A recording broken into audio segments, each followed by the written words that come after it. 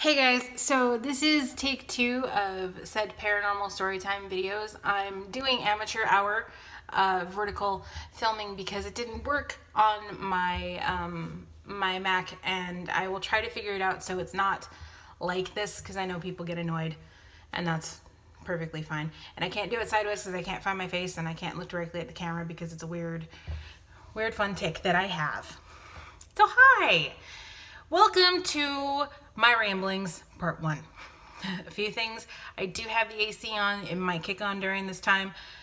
It's just because it's really bloody hot in Arizona, even in October. My neighbors upstairs are quite loud.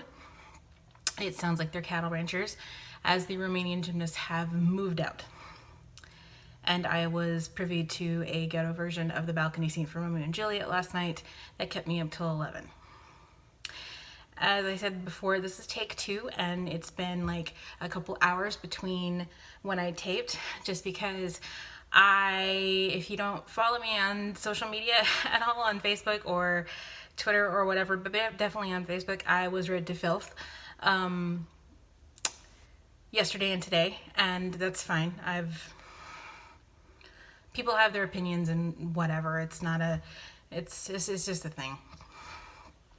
Anyway, a couple of things about me. I do tend to use pause words. I am trying to get better. If I do more of these, then maybe they'll stop. Maybe they won't. Who knows? It's just a tick I have. So, see? Another thing about me, in case you don't know, is I am an empath, and an empath is basically someone who feels other people's emotions, and they have a deep sensitivity within them, and it's hard to put into words, basically. If you want to look it up, you can definitely Google it. I'm sure there's stuff out there. I know I've posted a bunch of stuff on empathy and being empathic and all that other fun stuff.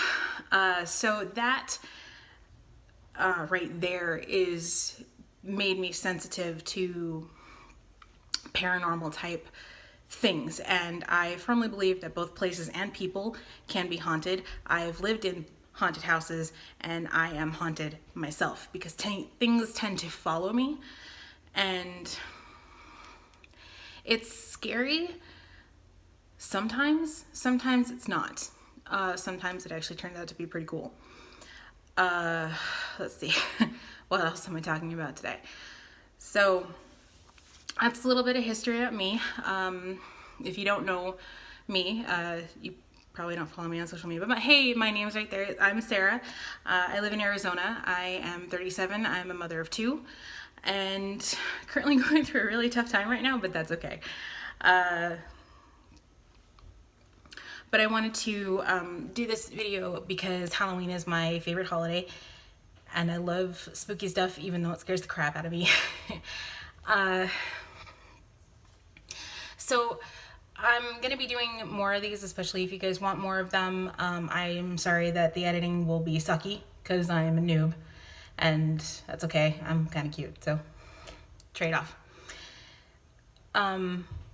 So the first story that I'm going to be talking about, it happened to me when I was about 7 or 8 years old, and I was on a forced camping trip, and I saw a lady in white, and it happened over 3 days.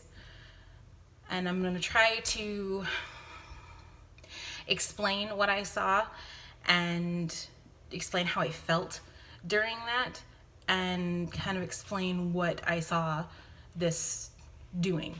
A lady in white is, if you don't know, basically a woman who is searching for something lost. Either it is a lost love, or it is her children, or it's something that was very significant to her that she lost tragically. Either she died, or they died, or something like that. Supernatural, one of my favorite shows. Shout out to both Jensen and Jared. Their very first episode dealt with a lady in white. Sorry for the camera. I'm an amateur. I'm sorry. They dealt with a lady in white, and that was very close to what it actually is. There is a Spanish term for it, and I do apologize if I get the pronunciation wrong, but it's La Llorona, I believe. Correct me if I'm wrong. I perfectly accept criticism as long as it is, you know, constructive and not kill yourself, because that's harsh. Anyway, so in Arizona, we have a couple of man-made lakes and a couple of man-made camping resorts. One of them is Lake Roosevelt, which is closer to the Mexican border, I want to say, down Globe, Miami, Superior. If you don't know the geography, I can get a map if you need. Or if you want.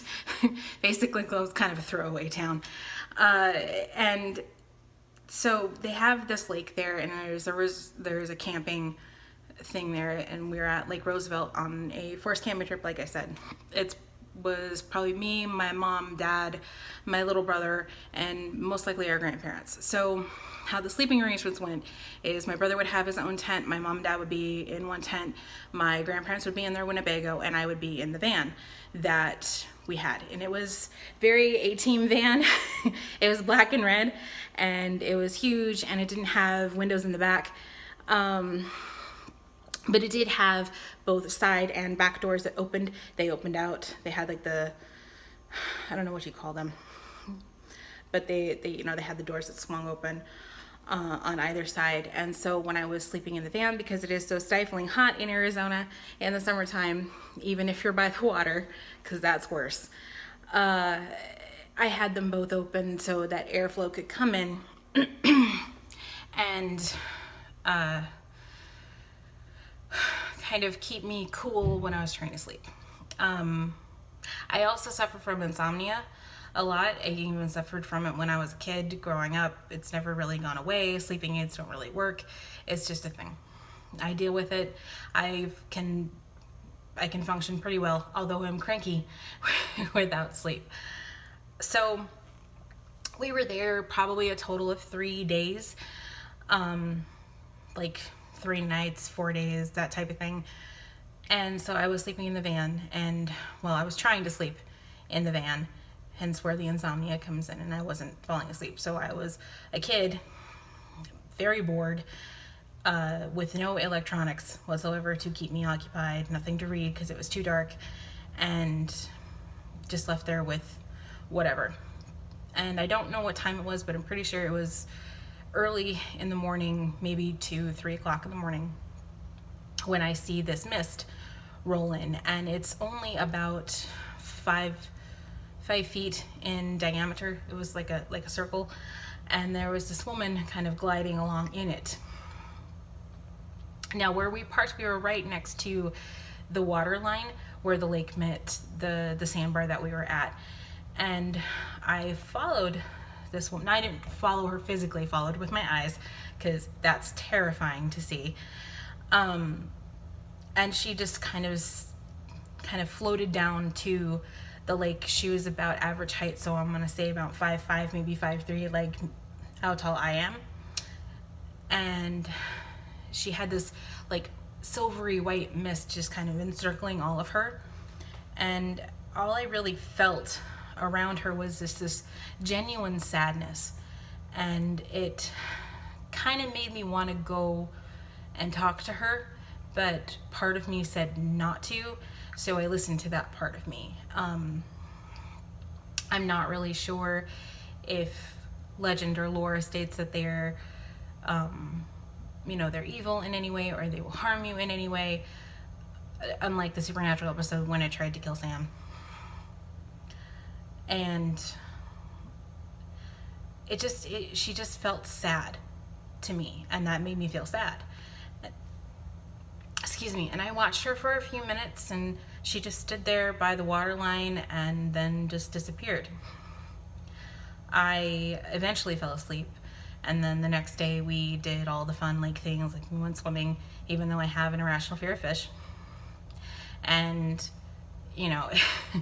we did picnics, and we went out on the boat and things like that, all of the fun, privileged white kid stuff.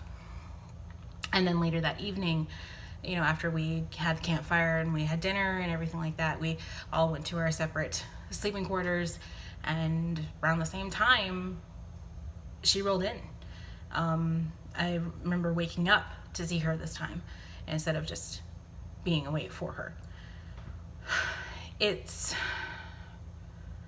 something that's always stuck with me just because it was so different from everything else that I've ever experienced.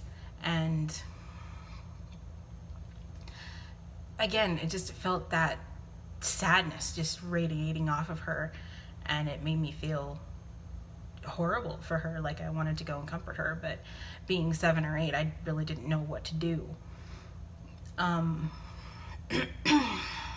remembering, and I'm actually getting sad about it because I don't know what she lost or who who lost her, but it was terrifying. It was sad, and it was tragic. And it's something that's, like I said, it's something that's always stuck with me. And I don't remember if I've ever actually told anybody this before. I know I've mentioned seeing a lady in white to some people, but I don't know if I've ever told the story. So that is basically the story. It's not a lot of detail, I know, but I was 7 at the time, or 7 or 8 at the time, and I was a kid, and nothing really struck me to write anything down or mark the time or anything like that.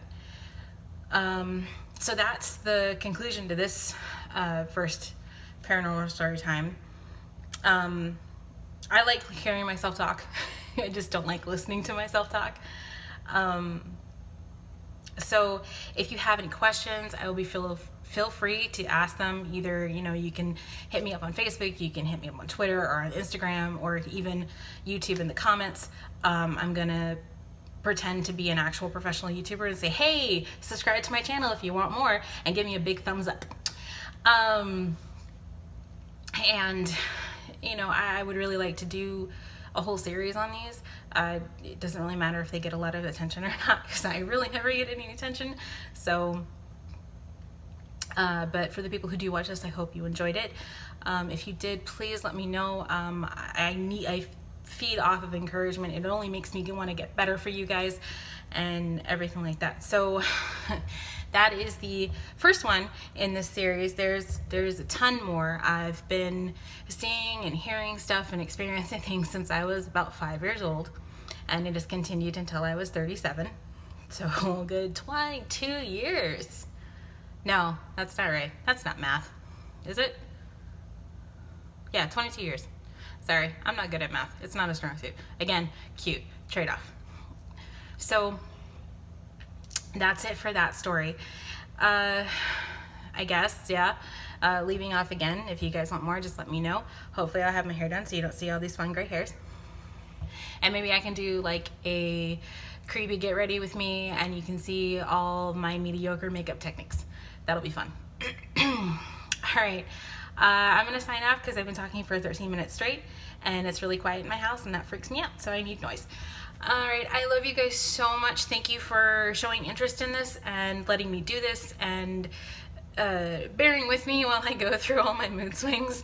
I love you guys again so much. I really do. I mean that from the bottom of my heart. Anybody who is on my friends list that I talk to on the regular is definitely one of the people that I keep close to my heart. I love you guys so much. I don't think you even know. If I could give all of you a great big giant hug, I would, and also some candy, because that's how I am. Also Halloween. So enjoy your evening, and I will talk to you all tomorrow, hopefully, maybe through various social medias. Okay, signing off now. Bye.